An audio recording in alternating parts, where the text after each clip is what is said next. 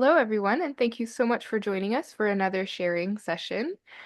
Today, we have the privilege of having Debbie present to us everything you need to know to get ready for an exam. So, just what to expect leading up to the exam day, and also how to ensure a smooth running of the actual exam and everything surrounding that. All right, Debbie, I look forward to hearing what you have for us today. Thanks, Lois. So as Lois said, we're going to talk about where to start, what we're going to do. And today, instead of a PowerPoint, I want everyone just having their little checklist that got sent out as something to refer to. We'll be going through that, and I'll just add some comments. And we have a bit of a show and tell going on today so that everyone can see from a hands-on perspective how this is all going to unfold. So our goal as a school and as examiners, and our examiners are definitely frontline examiners because they're meeting families and students and teachers, is to make sure that every child has a really positive, successful experience. And that includes the adults around them helping them with all of the details that can set them up for success, short of playing for them. And that's the goal of these checklists, and something that teachers, I hope, can use for a very long time in terms of preparation. So we'll start with what happens prior to exam day, because for CNCM, it's not just a case of preparing the repertoire, which historically that's what we're doing. The teacher-student relationship is about preparing those pieces for the exam date. Not much more has to be included, but because we, excuse me, at CNCM, reward homework, there are things that you want to start earlier to really assist the child with achieving as many and as high a mark as possible there, because it really is, I don't want to say simple, but it's simplistic in how we approach it. So the first thing on your list in this checklist, you're going to find it's a checklist, but I'm also going to add some tips as we go along and show you what we're thinking about. One of the first things you want to start thinking about with the student, I think, beyond the preparation of repertoire and repertoire selection, is the written program, because it can take a significant amount of time to organize and create. So several weeks, I think, before the exam, you want to start, if possible, just have the student working on this and preparing a draft that they can bring to you so that you can actually proof for them. Now, maybe the order of how they're going to play their pieces isn't specific yet, but that can always be altered fairly easily. But working out that they haven't missed any of the things that are required on the front, what their bio looks like, all of those details become important. And Kathy's going to show some programs to you right now. She's going to start with some that are going to score probably in that 90 to 100% mark, simply because the child has done some additional work on them. So Kathy, I'll just pass that off to you to show and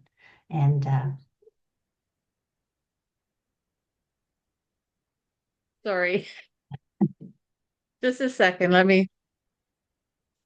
No, no, go see Grandpa. Go see Grandpa. Sorry about that. Okay. Here's the first one that I have. So this is all handwritten. So we've got the cover page, a picture and biography. Where is it going here? Oh, there. There we go. You can see that, okay? yes, yes. Yeah, And and then, sorry, go ahead. no, well, I was just going to say, as Kathy's saying, you can see that it's handwritten, and that's most welcome. And you can see how much work this student has put into this program. So this is what we're talking about. These will score very high. I mean, there's still deductions if we find errors, but at the same time, what's really nice about this is we know that the child put a lot of time into this. Another one. So some with the computer, but some hand done as well. And a thank you on the back. Yeah, so lots of cutting and gluing there. So same principle, the child, the family maybe has been involved, and that's okay. but they've put the time and effort into it for sure. There's another one. It's all handmade. Yes. Now, this was an older student, so I would have taken a little bit more care with the cutting, I think, and putting things on, but it's still all handmade and lots of glitter. She liked glitter. Yeah, so those are going to And then be we, where you score the most marks. And then if the teacher can prove, you're going to assist in losing any marks in the things that are required or spelling errors or things like that. so this one, wanted to show this one just because the name is there, but it doesn't come up with the color that she used. So we lost a marker because we couldn't see the name. So you just have to watch that. And that's And we have, purchase paper, right? So that if they're just going to get their color from there, um, that's cool. Not quite as strong as the general impression for a student who's done the handwork. and then this one. Yeah. There. Yeah. Yeah. So again, nicely done, but not a whole lot of personal time went into it. So this will still score high 80s probably if there are no errors, but it's not going to get that extra little push to get to those really high, almost perfect marks. So, okay, thank you, That's all Kathy. I've got. You're Okay, great. welcome. Thank you. And the other thing that you want to do for the program is to have a discussion about the order of the performance. The children can perform in any order they choose, but you want to guide them a little bit in the sense that um, you need to make sure that they're maybe leading with, some kids will want to lead with a really strong piece, or maybe they want to get the piece that scares them the most out of the way. Because of course, as examiners, we're also knowing that that first piece has to get sort of laid down before they're going to feel comfortable. So this becomes important. And you want the child to have input. Of course, the encore, which can be an easier piece, is going to be the last piece. So they're probably going to finish strong. So lots of children like to build to their strengths.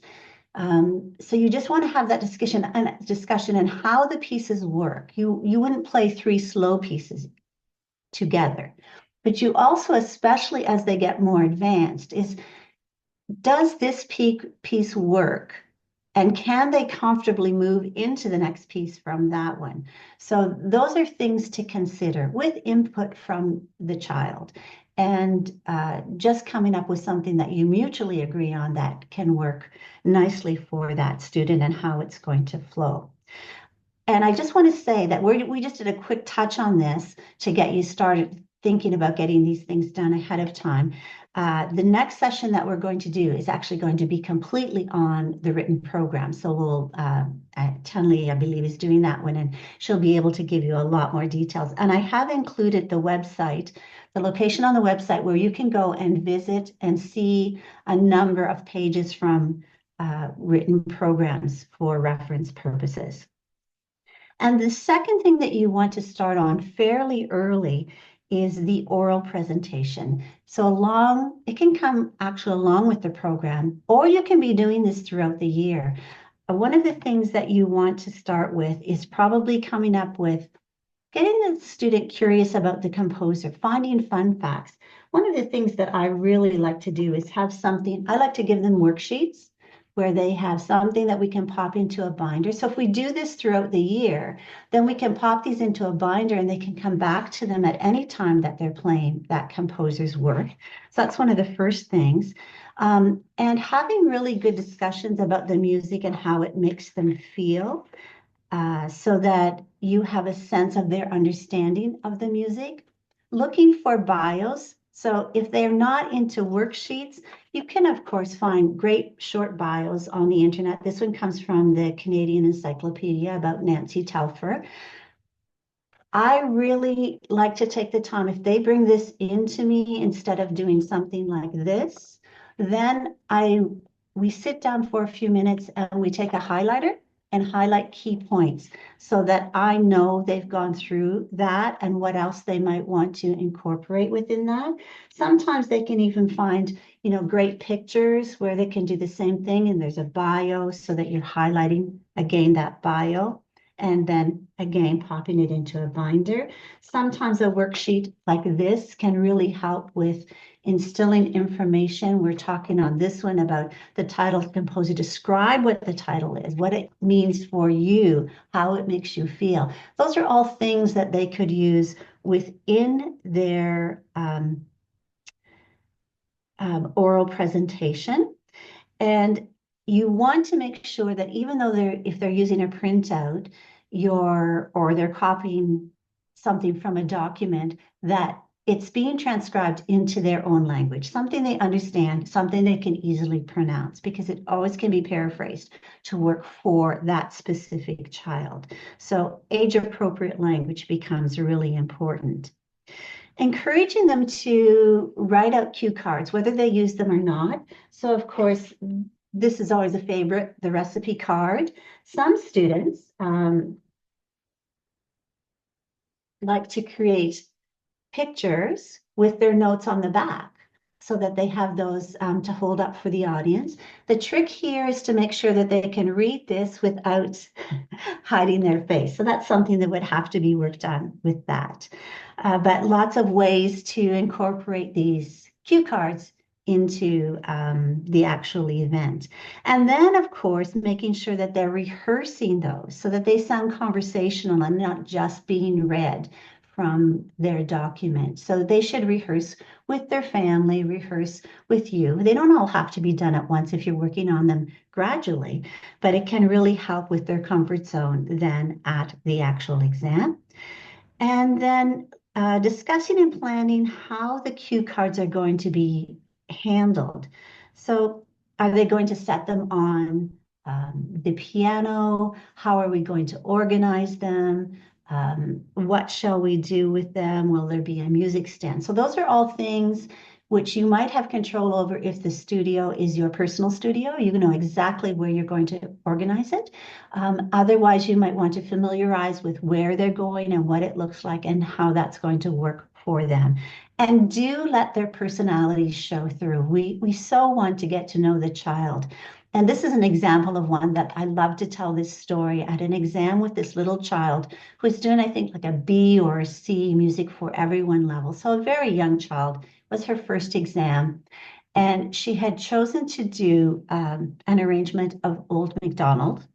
And of course, her family's there, her grandparents are there. And she said, I chose this piece because it reminded me of my grandpa, because he's a farmer and he's old. And of course, it just broke all the tension in the room. Everybody's laughing. She's giggling. She's very pleased with herself for sharing this little joke with her grandpa. And off she goes to the piano and plays the piece, of course, really well. So those are the kind of personality things that we'd like to see with the children. So do encourage that as well. And again, there's actually a sample exam. It was done at Summer Sizzle one year, so it's not quite as formal as exams, but you can see a young girl at that, again, at that website location to see how she handles cue cards and how she handles her presentation and how the exam is going to unfold as well. So that's a good place to just check in. I think also it's important to have a comfortable conversation about attire for a recital. They don't have to come in really dressed up clothes, but it's nice if they can be dressed nicely. Maybe something that they would wear, maybe to, more casual event, but a little bit dressed up. We all know that when we feel that we look good, we feel good. When we feel good, we tend to perform better as well because we feel very confident about that. This should also include a conversation about footwear, proper footwear. Maybe not wearing their flip-flops to an exam, but comfortable shoes with thin soles. And then I think the important thing is that they actually rehearse in those shoes. We know that at home, most times kids are playing in their sock feet or their bare feet. And so when you need to wear proper footwear, it becomes a little bit different. It feels different. And so rehearsing with those shoes can be really helpful. And as well as you're going to discuss about bowing, and rehearsing that, what it's going to look like. Again, sometimes you get some really great personalities where they create these exaggerated motions and they're just having fun with it. But whatever is comfortable for them, but you want to talk about that, you want to practice that, and how you move then also from the podium to the piano. Sometimes with the bowing, I talk about, just put your hand on the end of the piano to give yourself a little security blanket, and then do your bow with that in place. So little things like that that can really help them with that movement and that presentation, because we really are a society that's gotten away from any type of what is perceived as formality. So I'm going to just open the floor now if you have any questions right now about those few things that we've just covered.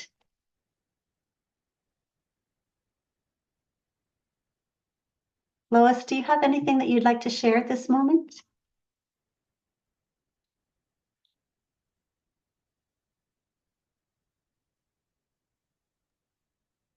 Don't think I have any questions. You're extremely well prepared in telling us how this should look, or kind of what we can be doing in the time before the exams. I do have a couple later on, but Yeah, this great. has been great so far.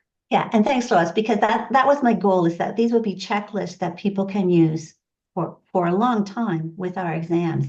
And hopefully I'm not missing much. I'm hoping that there will be some questions, but at the same time, the goal was to give you something that you feel like, okay, if I do all of these things, my kids are going to be successful and they're going to feel comfortable with what they're doing.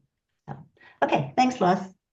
Okay, so we'll take a look at page 2 of the handout, and this is about organizing scores. So I just have to say this to begin, because with the privilege and freedom of own choice repertoire, I think also comes great responsibility, which is the responsibility of having 2 scores for non-memorized pieces, one, of course, for the student and one for the examiner. So I think that's just a statement that becomes something we need to think about. It's about respect of our composers. We are a school that promotes Canadian content, actually contributes to developing the ability to have great Canadian content.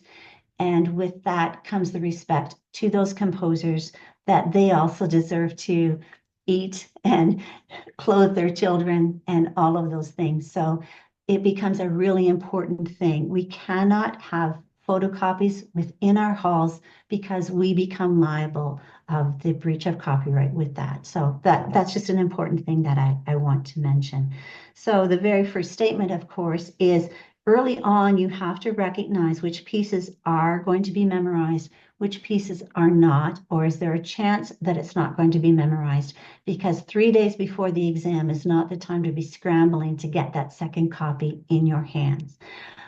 Sometimes you're able to purchase legal downloads with proper documentation, and I'll talk about those as well, but be careful about that. Try not to get caught in that last minute panic for everyone's sake. So 2 scores, if it's not memorized, will be required. Also making sure that you have measure numbers popped in on scores that are without those.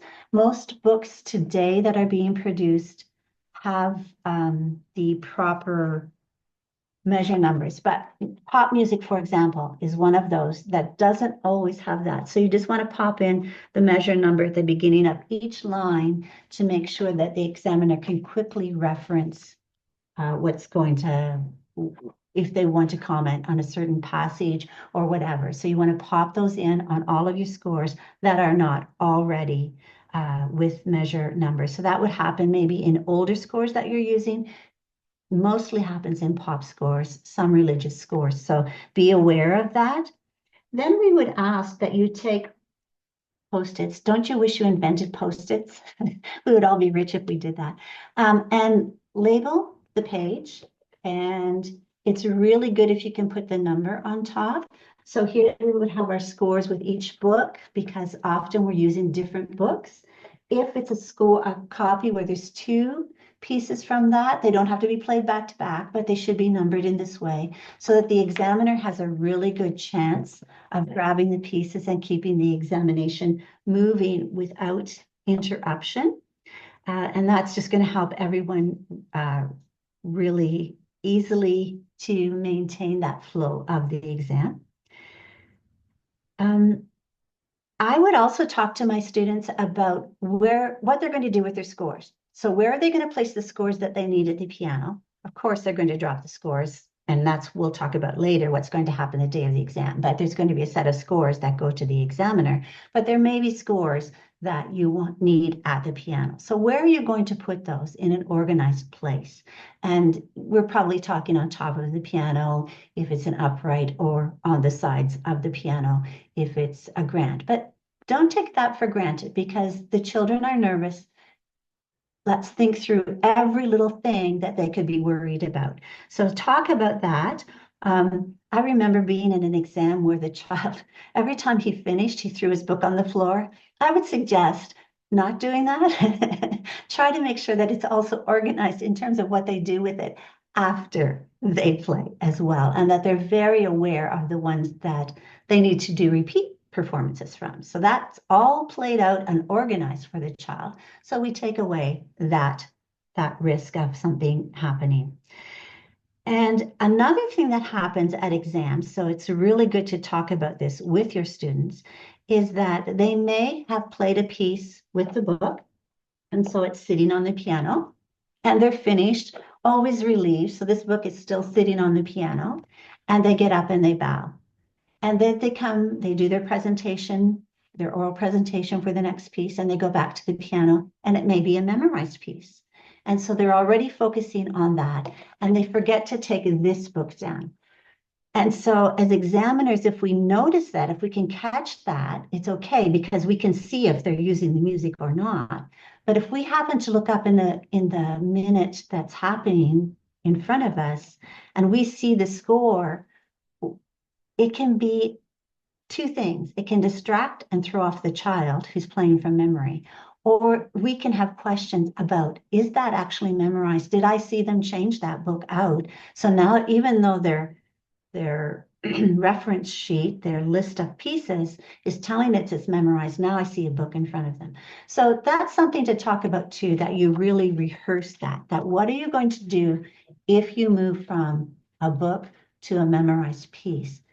Take the time to figure that out as well. So that becomes an important part of what we're going to talk to them about. And in reference to the downloads, if we're using any downloads, make sure the parents know that it should be the parents' download or the student's download, and that receipt that verifies that this was, maybe it was a free download, that should still be verified.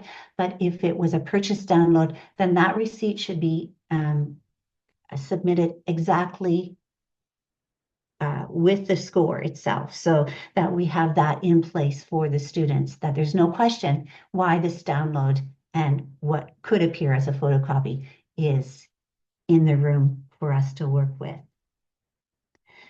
Then let's talk about who they're going to invite to their recital. Some children will only, at their first recital, may only want their parents. Some kids like the whole venue to be filled. So we need to think about who they're going to invite to their recital, and it is entirely up to the child. Try to make the parents understand that it should be what the child wants in this case, because this needs to be their comfort zone. Absolutely. We can talk to them about inviting all the people who love them, who are going to give them support, Friends can be a bit of a challenge. Peer pressure can be a bit of a challenge. So you want to have that conversation if they want to invite friends, not questioning it, but of course helping them work through that. That is, if that's something you want, that's really great.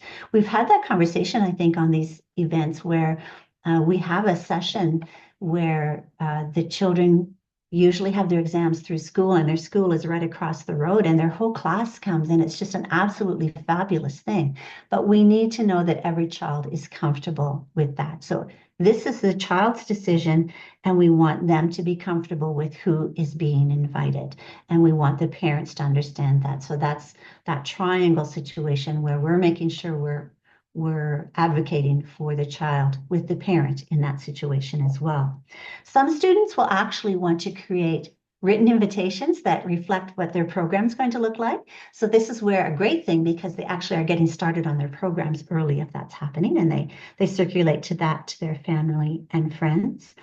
And the other thing to consider is the venue that it's happening in. What are the numbers that can be invited? So if it's a private studio or a known studio, then you know exactly what you're dealing with. But if you're going to someone else's studio, which happens sometimes, you would want to check as to how many people could actually be invited. And then those children know from the get-go how many invitations they can include for their audience at their particular recital.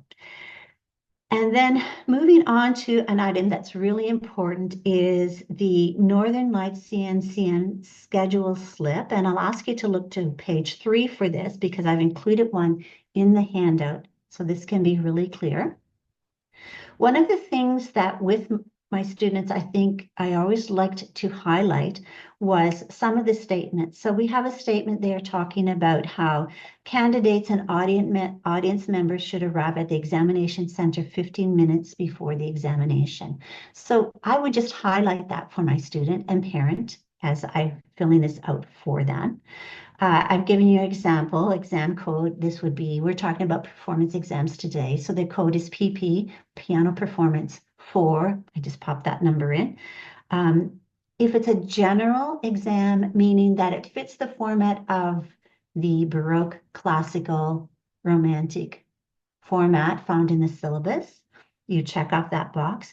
If it's a theme exam, so if they're doing an animal theme, you would check off the next box and list what the theme is. So the examiner is very aware of what's going on in terms of the exam that's coming in. Then I would highlight, please print below in the order of performance, the title, etc. So I would make sure that everyone's understanding that the list you give the examiner is the order that it's appearing in the program and in the performance during that session. And the last thing I would highlight as well is the final sentence in that paragraph. Candidate must provide a second original copy for the examiner for all non-memorized work. So we're making sure that these statements are there to protect all of us and that parents are becoming aware of what the standards are for appropriate performance situations. And then checking off which ones are memorized. The first column is talking about the title and the source. So we want to have the original source. So Northern Lights books are original sources for all of these pieces. These are the first place these pieces are published. So that would be an original source. But a conservatory book, like a Conservatory Canada book or a Trinity College book or an RCM book, are not likely, they may be, but are not likely original sources. And in most of those books, if you look to the bottom of these pieces, you'll find a little note at the bottom that generally tells you the original source. And we're looking also for the title to have things like opus numbers, KV numbers, especially with the Baroque and classical pieces, probably romantic. But more contemporary pieces, it would be the collection. So one of the books that I held up was just a book called A Rainbow of Sound. So that would be the source for a more modern collection of pieces. And so we just want this to be, again, avoid trying to fill this out last minute so that it has all of that information. I keep saying to people, you want happy children, but you want happy examiners. And the more you can assist us with this, because the exam moves so quickly, and again, we're going to talk about that a little bit more, but uh, it's really important that these support things are in place for all of us, and it will just make the exam flow. So questions about these things? I just have a quick clarification. I think we've talked about this in other sessions potentially, but just when you're giving the copy of your music to the examiner, you might be using something that you've been practicing from all year, and so there's like a whole bunch of notes and everything. Are those okay to include in the music when you give it to the examiner? They're absolutely okay. The other side of that is if there was a huge problem and it's glaringly circled, that's the kind of thing I might get rid of because that you don't want to assist the examiner on. But it's not a problem either way, Lois. That's up to the discretion of the teacher. If there needs to be two copies and one is clean and one isn't, I'd give the examiner the clean copy. We do want the child interpreting. If you've used a score that's different or you've modified because it was older, like maybe an older conservatory book where you've consciously made some appropriate changes or you've added some dynamics to it, you want them to see those things because you want them to know that you've purposely added some of these things. So Right. pointing out big errors, you might want to adjust that, right? So, but other than that, it really, if it's additional editing, by all means, it should be there. If you've That's added a few simple notes, not a problem. You don't have to spend hours erasing. okay. Sounds good. And also, just to confirm, yes, go get your second copies early because I had the absolute panic moment of doing my grade 10 exam and picking up the book that I thought I had ordered like 2 days before my exam and then realizing it was the wrong book. And then having to scramble to everyone that I knew trying to find that other copy. So just save yourself some heartache. Do that like, a month, maybe two in advance and just avoid that whole thing. Exactly, exactly. And I say this to teachers too. It's always a really good idea. If you know you're purchasing a book that might not be a student book, you might want to have two copies in your library for that very reason that you're never going to run into this issue, right? And we all have library builders that are like that. We want students to build their library as well, but we do know there are times that, okay, I think this would be a really fun book as a supplemental, and we do that for our children, but be very aware that that also you're going to be you could be caught in that responsible thing of having two copies. So okay, thanks, Lois. Okay, so looking at page 4, we'll go through this one as well. So these are some things we've already touched on this. These are venue considerations, and I think that this type of conversation really helps lower the stress for the student, for sure. So if you're in your regular studio or a familiar studio, it becomes pretty easy because your teacher's firsthand going to talk about how many guests can be accommodated. If you are visiting a secondary teacher's studio, then you need to take care of this for your student. And where are these guests going to wait? Because we do want them to arrive early because we want the exams moving one from the other. But where are they going to wait quietly? So you need to have everyone prepared for that because it's a smaller space. And even talking about washroom facilities, are there washroom facilities for both the student and the guests? Or should you be encouraging everyone to know that you're not going to be able to, everyone isn't going to be able to access their short exams? Everyone can accommodate that if they know. So that's the one thing that you want to talk about, especially for private studios. If it's a larger venue, very much the same sort of thing. How many guests can be accommodated, and perhaps it's quite unlimited. I mean, children generally don't invite 100 people, so we're normally good if it's in a church setting or a larger venue. Again, where are the guests going to wait so they don't go bursting into another event, another recital? How long does it take to get to this other venue that you're not going to on a weekly basis? Once again, talking about the washroom facilities and where are they in these larger venues? So kids aren't worried, well, do I have time, right? So things like that. I think also with these larger venues, and Olivia Adams has talked about that in some of her workshops, if you've heard some of those, even talking about where are you going to park? If it's a larger center, is there a parking lot? Is there street parking? And what is this going to look like? Because there's going to maybe be another group ahead of you. So we need to know so the children aren't getting panicked about, or sometimes mom's not getting panicked about, oh my gosh, now we're starting to run late. So taking those things into consideration. And what door do we enter in these larger venues? Assuring them that there is going to be some signage.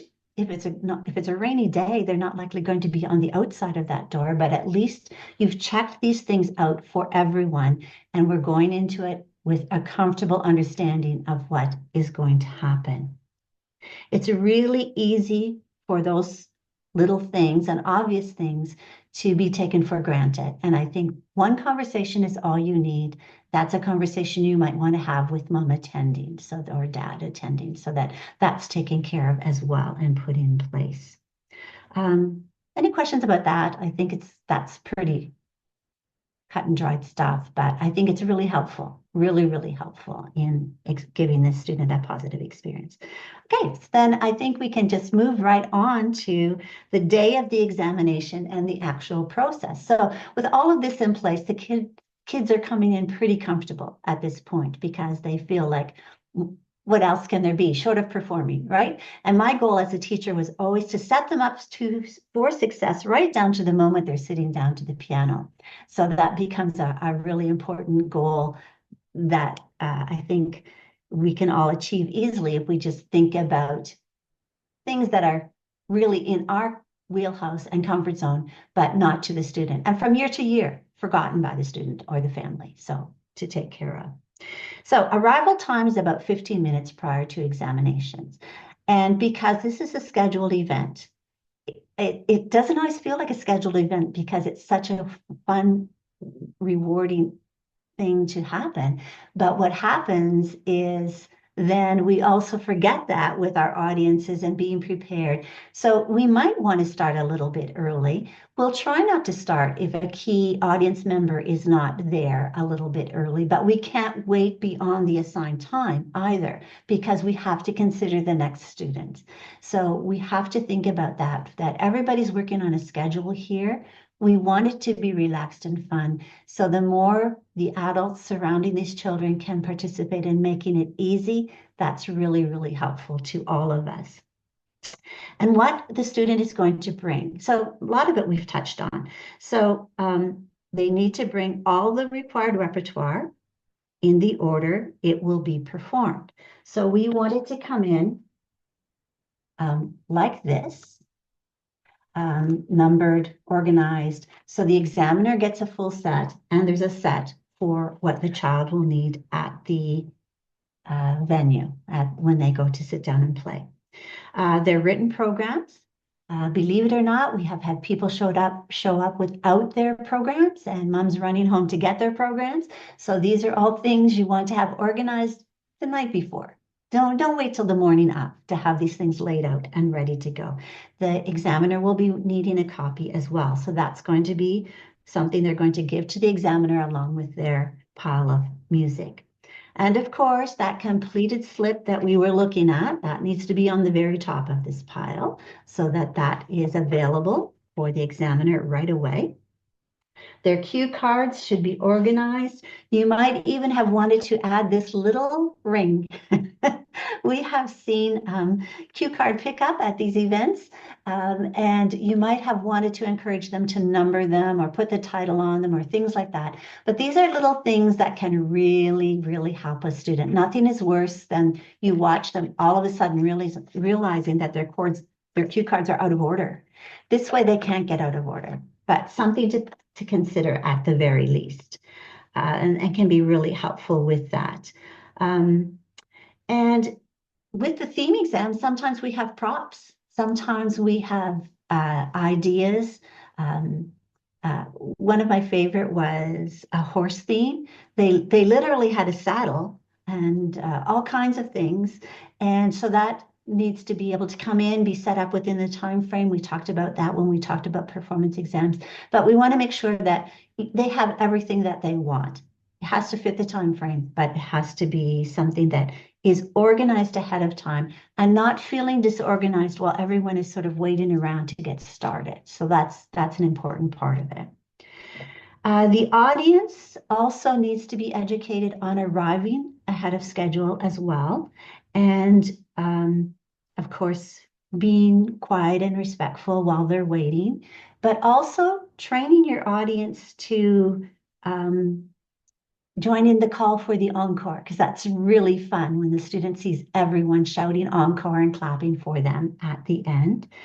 And a really important thing is that they need to be coached that although you want to celebrate the child, and we suggest that you suggest to the parents that take them out for ice cream, take them out for lunch, bring them flowers, whatever you want to do. And I'll tell you a little story about that in a minute, but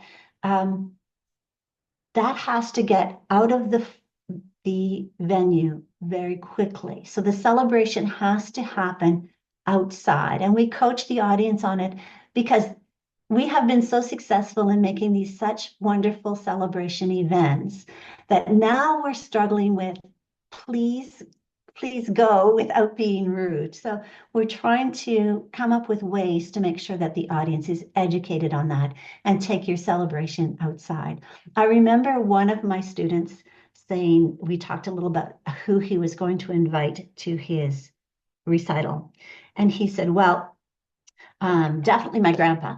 And I said, oh, only your grandpa? And he said, well, no, but grandpa's really important because he likes to come and he gives me 20 bucks at the end of every one of them. So grandpa was number one on the list because he knew what he was getting from grandpa when he was finished his recital. So it was a really great experience. But how much fun for kids is that, those are things you can count on from grandma and grandpa, what's going to happen and the reward. And it's just so special bonds that are being created, special memories that are being created, and the child is being celebrated as a star. And if their audience is all of the people that they love, you know that that's going to happen. It doesn't matter what happens at the piano, they are still going to be stars in those people's lives and in their eyes. And that's what we want to do, is make these children feel special. Questions about that part of getting people in the audience? Again, I think it's pretty self-explanatory. Just do you have a general kind of time frame that we should be thinking about for how long it takes the guests to come in and out? And does that need to happen like within the exam time, or can they come in a little bit early while the student is still setting up and stuff like that? Yes, the answer is yes. They can come in a little bit early if we're getting in early, but they're going to come in as soon as possible. And generally, even while the student, and we're going to talk about that next, as the student is talking to the examiner, teachers are now training their people to come in, getting the program circulated. So as a teacher, we really want you to help us in that situation, or have a parent who knows what to do to get things circulated and people seated as quickly as possible. And that's really what we're asking for is, yes, as soon as the examiner says, yes, you can come in, and they're generally away from the child talking anyway. So, and teachers in their private studios have come up with great systems to get people in and out so that the examiner has that time. So we are counting on the teachers to help us with this. Teachers are no longer, sort of, don't talk to me. That's not the attitude. It's help, please. So this becomes a really great partnership that we're trying to create. So the answer is it can be challenging for those little people exams because there's usually larger audiences and everybody's excited, and so that efficiency becomes really important, and assistance is really welcome at that time. So That makes sense. yeah. And then you said props and costumes can be used for theme exams. Do you ever see those in just kind of the general exams as well? Well, we don't, but I was thinking that as I was working on this tip sheet, because wouldn't it be cool if they had a different hat or wig for each period? Something that so they would be welcome. There's no problem with that because we want the kids to be creative with all of this. So if a child feels really inspired to do that, and I mean those kids who are natural actors and performers like to do that sort of thing. So by all means, invite that. Would be nothing wrong with them doing that. We would be excited to see that. So they can't change their clothes in between because there's not time. But little, Unfortunately. yeah, the little things that can add to it. Great. Absolutely great. Fantastic. Great. Okay. And so finally, this is how it will unfold for the child and the examiner coming in. So the examiner, everybody's arrived and waiting quietly, of course. And so the teacher and the examiner will probably have worked this out prior to the event. But the examiner is probably going to come to the door and invite first the child, and the teacher will come with them. But they may say, but the rest of you can come in and get seated. So that's going to be worked out. Or on longer exams, the examiner may have established with the teacher that the student and the teacher will just come in first for a few minutes and then followed by the audience. So, and that will depend on the setup, if there's a little bit of privacy without the audience intruding on that privacy. So it can happen in a number of ways, but it will be led by the examiner and the teacher. And again, we really like to work with that partnership. So we will be hoping that you will be assisting us with that. The examiner and the student and teacher will have a little chat, and the examiner will be saying things like, I'll be saying to the student, okay, I'm going to come up and introduce or welcome the audience. I'll be saying things like, I want to welcome you on behalf of Northern Lights Canadian National Conservatory of Music. Thank you for coming. I'm really looking forward to hearing the student play. I'll probably turn to the student and say that. Can't wait to hear you play. Looking forward to it. I just want you to have fun when you get up there. Take your time, adjust the bench. I'll be saying those things to them. I'll be saying it to the public as well. So we have that sort of support, that they know what I'm going to say, what I'm going to do. And then I'm also going to explain to the student, which the teacher will have already done, but you will just move through this recital. Once I turn it over to you, I'll be saying, give me a couple of seconds to get to my desk, but then this is your show. You're going to run with it.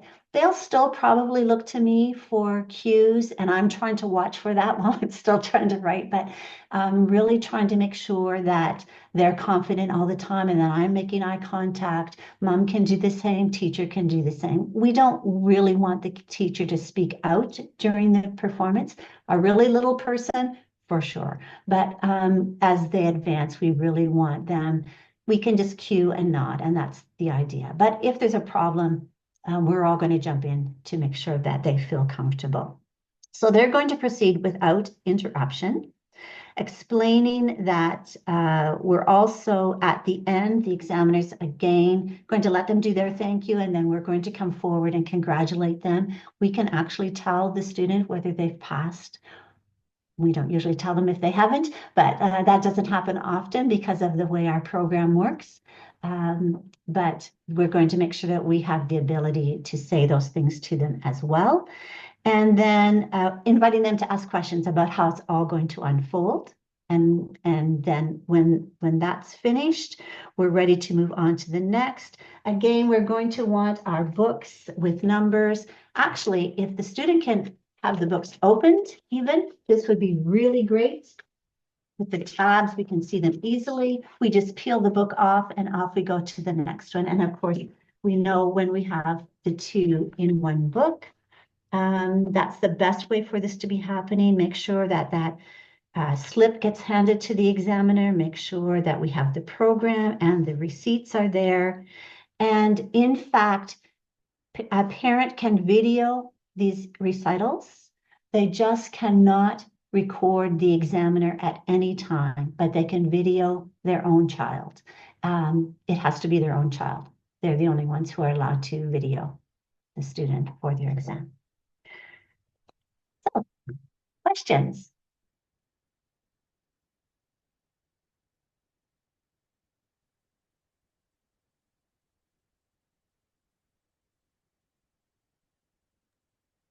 I don't think I have any further questions. If anyone else has any questions or comments or anything that you want to include. I thought I could share a couple of things that I use. I've been teaching for 40 years and with CNCM for about 14. And I have students that absolutely love taking these exams. So I have to be really well organized to have them do it. I think there's 18 that are taking them in June this year. So one of the things that they need to have are the composer biographies. So if you wait for a student to come up with the information, you might be waiting for a long time. So I've developed over 40 years binders for each time period. So this is the classical binder that I have, and this is just composer information. So for each composer that the child would play a piece for, they get a picture of the composer if I can find it and all their information. So I give them this when they're starting their piece, and they highlight the information that they want that they think is important about the composer and that they would want to put into their exam. So they highlight the information, and then they're asked to do a paragraph about the composer that they would say. So that's something that they can do months before their exam. The other thing is making sure that I have all the right pieces chosen. So I put together this. I don't know if you can see it, but this would be for a full grade exam. So it's got the title, the catalog number, composer, their dates, the source, the key, the time signature, and then whether I have the student has their music or I have music for them. And then it does all the Baroque, classical, romantic idioms, all the list down here. So we make sure that we've got everything covered. So I have that for each type of exam that we have. So the star performance has one, and the popular has one like this. And then I make sure I have all the information, the pieces chosen that will work for that exam. And then we go from there. So that all happens, 3 or 4 months before. Yeah. So Yeah, and I think that's the key, isn't it, that's all. Kathy? This isn't last minute. No, This no. is the homework we're talking about that we reward, right? Yeah. Yeah, yeah. Those sheets are awesome, by the way. They're really helpful. Yeah. Well, and parents can see as well, right? So very cool. Thank you for sharing those. You see Lillian's question? Yeah, so she's just asking, how long do exams take for each level? Um, Honestly, Lillian, I think it's really very similar to other schools.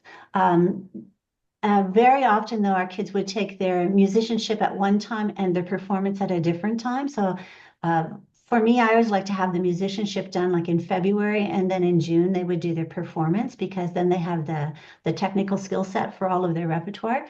But people get into different routines.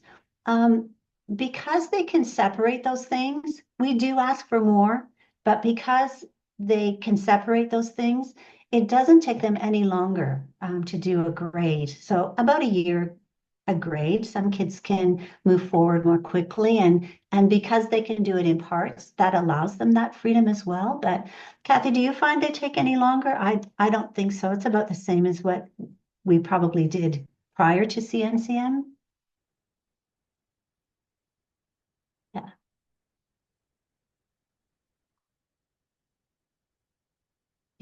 The homework idea that Kathy was saying is exactly what we're talking about. And those are marks that are really beneficial to the student in the performance exams. So uh, I would really urge you to get those going early and capitalize on those marks because they make such a difference for students.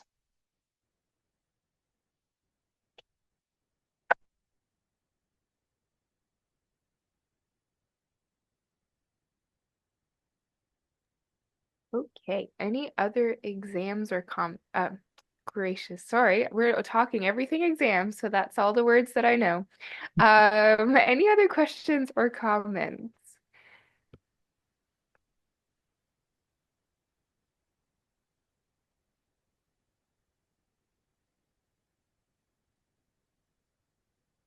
And Lillian's just asking, what about the length of the exam for each level, which I believe would be in our syllabus, which you can find on cncm.ca.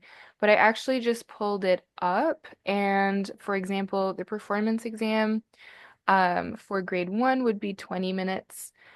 Skipping ahead a couple, grade 4 is 25. Grade 7 is 35. Um, minutes. So just kind of going up a little bit for the different levels as the pieces get longer and maybe the oral presentation and everything gets longer as well. Um, That's just for the performance part, and then you've got the musicianship on top of that, right? yeah, For Yeah, each grade.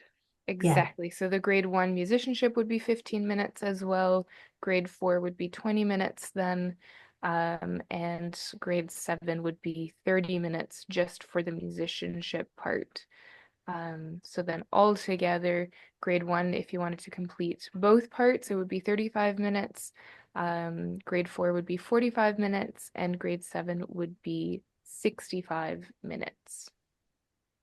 So we do offer the opportunity for children to really settle in and relax and get comfortable with playing. It's they're not so short that they can't even remember what unfolded. And I will just say too that the prices are very similar to the other schools for each grade at this point, even though we're offering so much more time.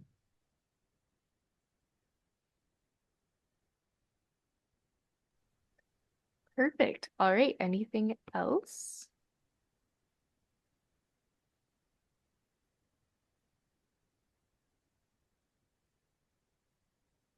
Okay, amazing. Thank you so much, Debbie, for your presentation. If anyone listens to this presentation and still has questions, because there's always that we just want to make sure all of our bases are covered with everything. And I know I always walk away and then I'm actually doing the thing with my students, and then I'm like, oh no, but there's like these 3 things that I totally forgot about. You can always contact our office and always ask those little questions and details to make sure you and your students are prepared. Um, but this was so helpful, Debbie. Thank you. And we look forward to seeing everyone for the next session in May. Tenley will be going over the details of how to prepare a program for one of these exams. So stay tuned for that in May. Thank you.